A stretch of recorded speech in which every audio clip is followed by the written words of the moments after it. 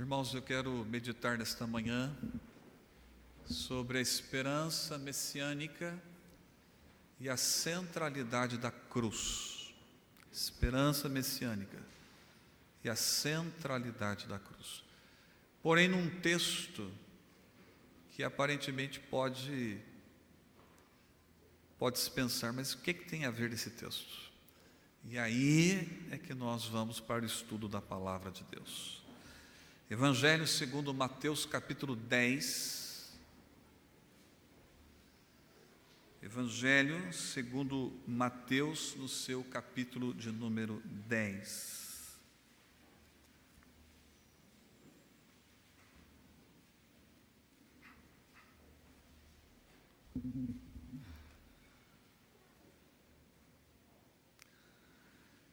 Evangelho segundo Mateus, capítulo 10, a partir do versículo de número 1. E a palavra do Senhor nos diz o seguinte: tendo chamado os seus 12 discípulos, deu-lhes Jesus autoridade sobre espíritos imundos, para os expelir e para curar toda sorte de doenças e enfermidades.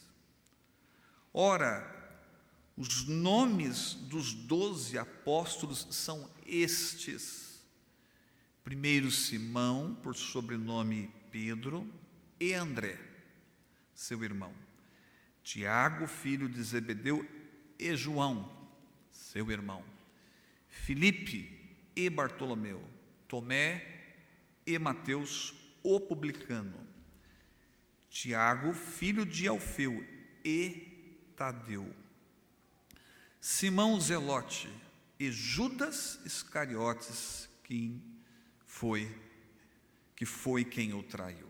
Apenas até o versículo de número 4. Deu-lhes Jesus autoridade. Poder sentar. Esperança messiânica e a centralidade da cruz. Meus queridos irmãos, Jesus, antes de escolher os 12 apóstolos, ele então começou a ensinar sobre o reino dos céus. E o reino dos céus tem a ver com ele, Jesus. Tem a ver com o enviado de Deus. Tem a ver com aquele a quem Deus prometeu ao seu povo, o Messias. E então o próprio Senhor Jesus começou a curar toda sorte de enfermidades. E por que é que nosso Senhor fez isso? Para que as pessoas o reconhecessem como o enviado de Deus. Para que as pessoas o identificassem como sendo o Messias, aquele a quem os profetas anunciaram, aquele a quem Deus na eternidade providenciou para a nossa salvação.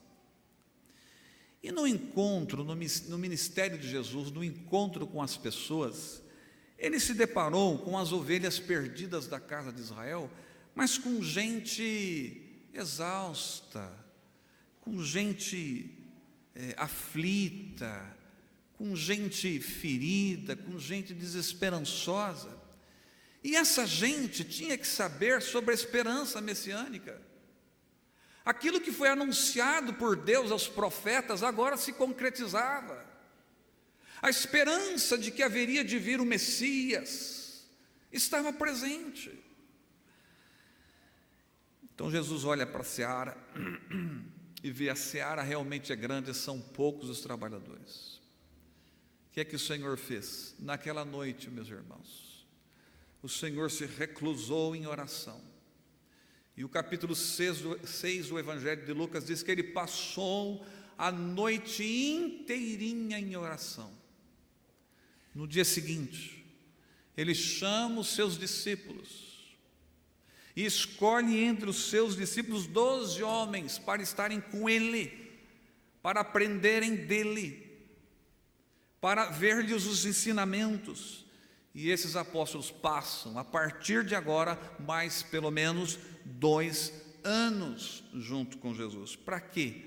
Para anunciarem a esperança messiânica, que aquele que fora prometido, que está nos profetas, agora estava entre nós.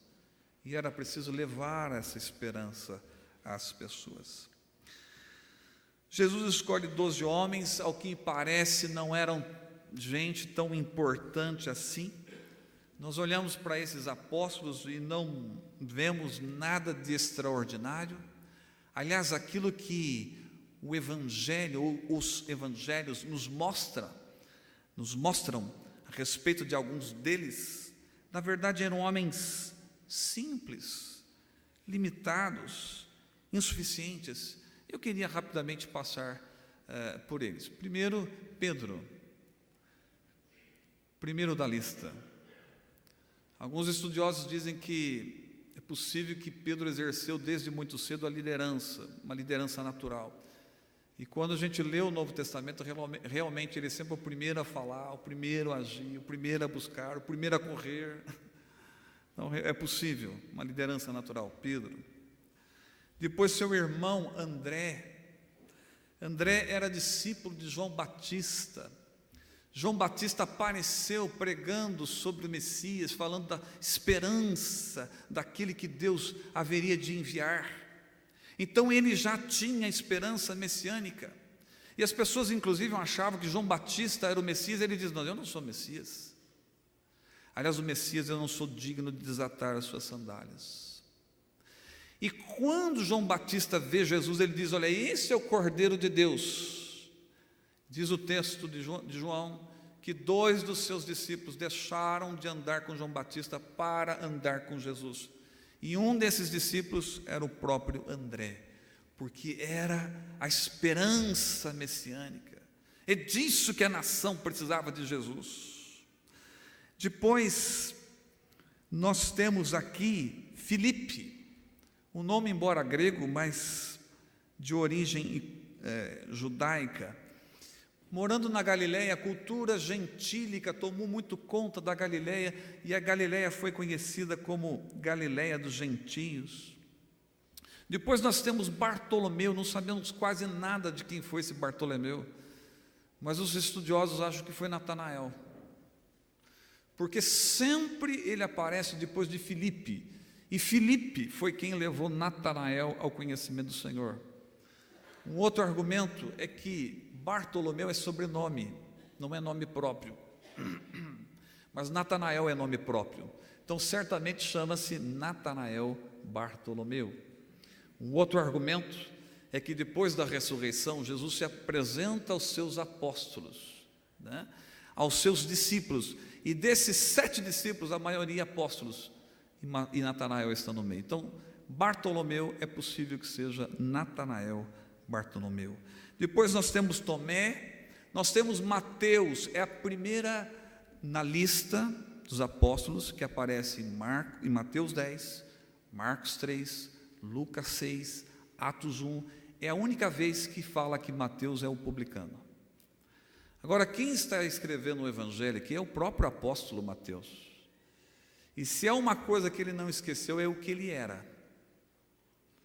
Agora, ele colocou uma coisa que na verdade não dignifica, pelo contrário, dizer que é publicano é até pejorativo, mas ele colocou nessa escolha, ele colocou a sua vida e o que ele era, porque quando a graça de Deus vem sobre nós, realmente nós não podemos esquecer a nossa história de vida. Depois fala de Tiago e Tadeu, possivelmente Judas, nas outras listas o chamam de Judas, portanto Judas Tadeu. E aí, tanto Tiago quanto Tadeu, existe uma diferença de interpretação tanto na tradição católica, quanto na tradição protestante, quanto na tradição ortodoxa. Para nós, são irmãos do Senhor Jesus. Na Igreja Católica vão dizer que é primo, para salvaguardar um dos seus dogmas. E a Igreja Ortodoxa vai dizer o seguinte, são meio irmãos do Senhor, mas enfim, Essa é uma discussão que certamente não tem fim. Simão Zelote é alguém que é de uma seita severa, uma seita extremada, rígida, e termina com Judas, o traidor, e sempre que o Novo Testamento fala de Judas como sendo traidor. Pois bem, depois de ter falado isso, vamos continuar. Esperança messiânica. Então o Senhor Jesus escolhe 12 homens para levar a esperança messiânica. E para levar a esperança messiânica era preciso primeiro trabalhar em cooperação. Veja que o texto alista em dupla os nomes: Pedro e André, Tiago e João, Filipe e Bartolomeu. Por quê? Porque a obra é feita em companhia, em cooperação. Ninguém faz a obra do Senhor sozinho. O Evangelho de Marcos diz que Jesus chamou os 12 e passou a enviá-los de 2 a 2. Para levar a mensagem messiânica é preciso um trabalho de cooperação. Ninguém faz a obra de Deus sozinho. Está lá em Atos dos Apóstolos. É Paulo e Silas, é Silas e Timóteo, é Paulo e Barnabé. Os 500 anos de reforma, o que a gente cita? É Calvino e Lutero, é Lutero e Melancthon, John Knox e outro grande reformador, porque ninguém faz a obra do Senhor sozinho. Existe um provérbio que diz que uma andorinha não faz verão. Então, para levar a mensagem messiânica, era preciso trabalhar em cooperação. Segundo, é preciso saber que é uma luta espiritual. O texto diz: deu-lhes Jesus autoridade sobre os espíritos imundos. Notem que antes deles terem o poder de curar, de fazer os milagres, a primeira coisa que diz o texto: poder para expulsar espíritos imundos. Meus irmãos, falar de Cristo, viver o cristianismo é, antes de mais nada, uma luta espiritual. Existe uma realidade espiritual negativa. A nação de Israel estava envolvida com essas artes mágicas. Você lê o capítulo 19 de Atos, diz que havia lá naquele tempo judeus exorcistas. Exorcistas. Isso mostra o quanto a nação estava mergulhada no seu misticismo. Então há uma luta espiritual. Levar a esperança messiânica implica numa guerra espiritual. O apóstolo Paulo diz que nós temos que vestir o quê? A armadura de Deus. E muitas vezes, para enfrentar nossas próprias lutas, como é difícil ser cristão. Como é difícil seguir o caminho do Senhor. E não precisa de forças externas, basta a nossa própria luta interna. E é tão grande, tão importante, tão real, que Jesus disse o seguinte: se alguém seguir a Jesus, crer na esperança messiânica, e o abandonar, e quantas vezes isso acontece conosco, né? Nós conhecemos a Jesus, amamos a Jesus, depois nós vamos nos distanciando, sabe o que a Bíblia disse? E ao Senhor Jesus, em Mateus 12, logo depois, ele diz que quando nós conhecemos a Deus, sai do nosso coração forças negativas, se é que tínhamos. Mas o Espírito, não encontrando um lugar para habitar, ele volta para o coração daquela pessoa. Se encontrar a casa toda arrumada e vazia, ele vem com 7 espíritos piores, e o seu estado será pior do que antes. Então, é preciso ter a consciência de que é uma luta espiritual. E também, para levar a mensagem da esperança messiânica, era preciso enfrentar os desafios. Eu não li a continuação, mas na continuação Jesus disse: eis que eu vos envio como ovelhas em meio a lobos. Jesus também disse: por minha causa levarão vocês aos tribunais perante reis e governadores. E aí, como é que morreram os apóstolos? Capítulo 12 de Atos diz que Tiago morreu ao fio da espada. Derramou o seu sangue com a espada de Herodes. Diz a tradição que Pedro foi crucificado e de ponta cabeça, mas isso é a tradição, porque não se julgou digno de morrer semelhante a Jesus. André, o apóstolo André, diz que a tradição que ele morreu na forma de, como se fosse um X, né? O X em letra maiúscula é a letra com que escreve Cristo em grego, por isso é chamado de Cruz de Santo André, passou a ser conhecida assim na tradição. Como morreu Paulo? A tradição diz que ele foi decapitado na cidade de Roma, porque ele é cidadão romano, não podia ser crucificado. E nós sabemos que por causa da fé cristã, da fé evangélica, João, irmão de Tiago, acabou preso na ilha de Patmos. Agora, estou falando sobre a esperança messiânica.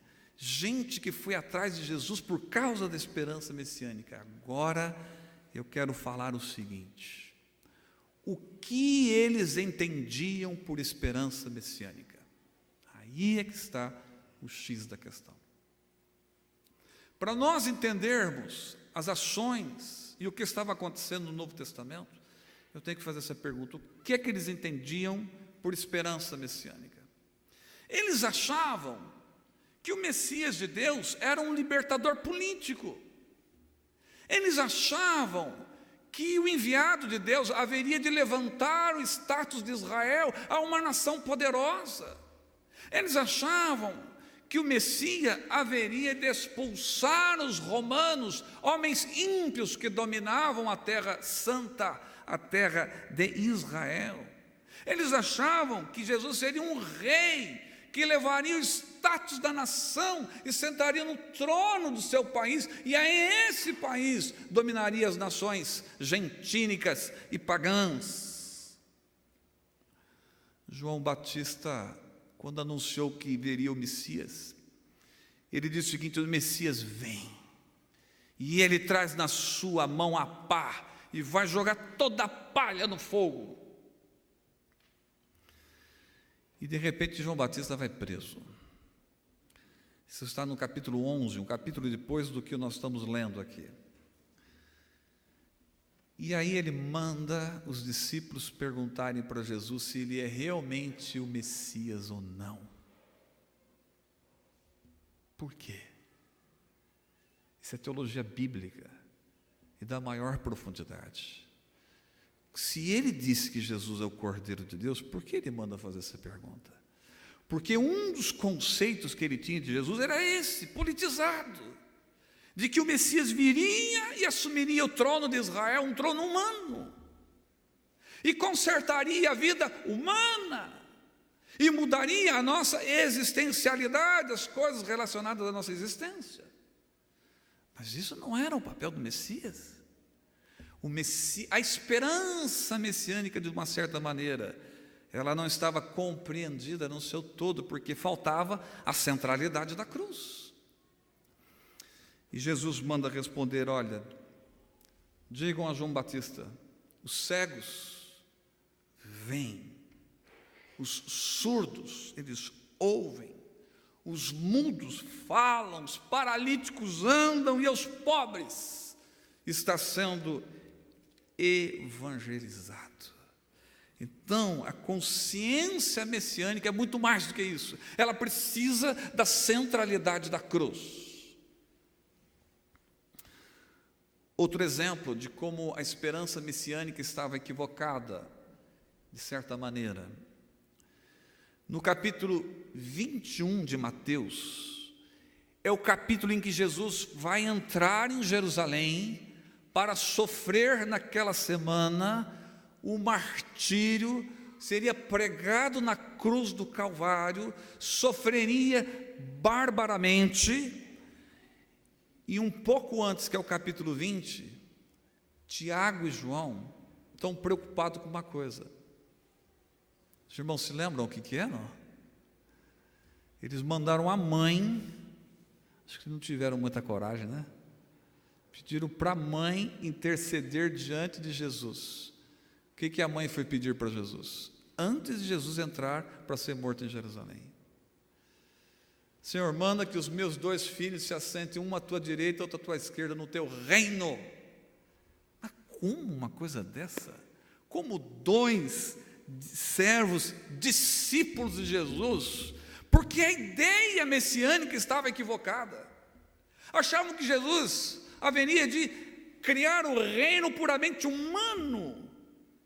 Então, já que Jesus vai assumir o trono de Israel e ele é rei, poderoso, faz obras poderosas, faz milagres, transforma a água em vinho, então, me põe no setor poderoso do teu reino, uma à direita, outra à esquerda. Eles não entenderam nada, porque eles tinham a esperança messiânica, mas eles não tinham a centralidade da cruz. E um Cristo sem cruz está deficiente, está totalmente deficiente. O maravilhoso capítulo 14 do Evangelho de João, quando Jesus, antes da sua morte, ali com os discípulos diz: olha, eu vou para a casa do meu Pai e eu vou preparar lugar para vocês. O que diz Tomé? Apóstolo de nosso Senhor. Senhor, não sabemos para onde o Senhor vai, como é que eu vou saber o caminho? O Senhor vai para onde? Vai para Jerusalém, vai para Caná da Galileia, vai para Betsaida ou alguma outra das cidades da Galileia. O Senhor vai para onde? Para a gente depois comprar uma passagem e ir junto. E o que é que Jesus respondeu para Tomé? Tomé, eu sou o caminho, eu sou a verdade, eu sou a vida eterna. Então, havia uma esperança messiânica, mas não tinha o que? A centralidade da cruz. Eles não compreenderam. Filipe, quando ouve o Senhor falar o seguinte: eu vou para a casa do meu Pai preparar-vos lugar, Filipe é apóstolo. Ele diz: mostra-nos o Pai, isso nos basta. Jesus fala para ele o seguinte: Filipe, eu estou há tanto tempo convosco, pelo menos 2 anos. 2 anos caminhando com vocês, ensinando, fazendo milagres, maravilhas, e você ainda me diz: mostra o Pai. Não crês que eu estou no Pai, que o Pai está em mim? Não crês que eu e o Pai somos um? Quem vê a mim, vê o Pai. Ou seja, eles tinham a esperança messiânica, mas eles não tinham a centralidade da cruz.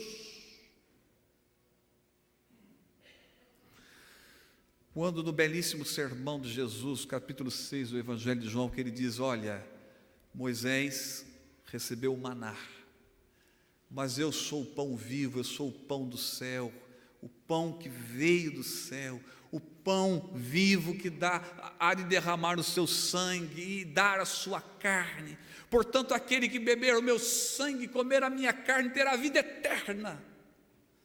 Sabe o que aconteceu? Disseram: mas é duro esse discurso, é duro ouvir isso. Está escrito lá. E diz o texto que muitos dos seus discípulos o abandonaram, foram embora, não quiseram ouvir, porque eles tinham a esperança messiânica, mas eles não tinham a centralidade da cruz. E sem cruz pode ser qualquer coisa, menos a graça de Deus, menos o objetivo pelo qual Cristo veio a este mundo. No capítulo 16 de Mateus, Jesus disse: o que esse povo está dizendo de mim? Senhor, uns dizem que o Senhor é Jeremias, outros dizem que o Senhor é, enfim, um dos grandes profetas. Pedro, o que você acha que eu sou? Pedro responde: tu és o Cristo, Filho de Deus. A palavra Cristo é o equivalente na língua hebraica a Messias.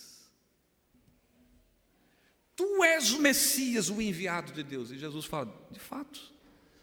E não veio da carne e do sangue, foi meu Pai que revelou. Porém, aí vem uma nota importantíssima: a revelação não estava terminada, não estava completa. É verdade, Foi o Pai que revelou que ele é o Messias, mas ainda havia a centralidade da cruz. Tanto é que no mesmo capítulo 16, logo em seguida, quando Jesus diz: olha, eu tenho que passar pela cruz e vou ressuscitar no terceiro dia, porque sem a cruz não há salvação, não há remissão dos pecados. O que Pedro diz para Jesus? Ah, Senhor, tem dó de ti mesmo. Mas isso é coisa que se fale para Jesus? Tem pena de ti mesmo? Isso jamais vai acontecer. Tanto é que Jesus ficou bravo com ele. Ficou. Jesus foi duro com ele. Para trás de mim. Foi duro.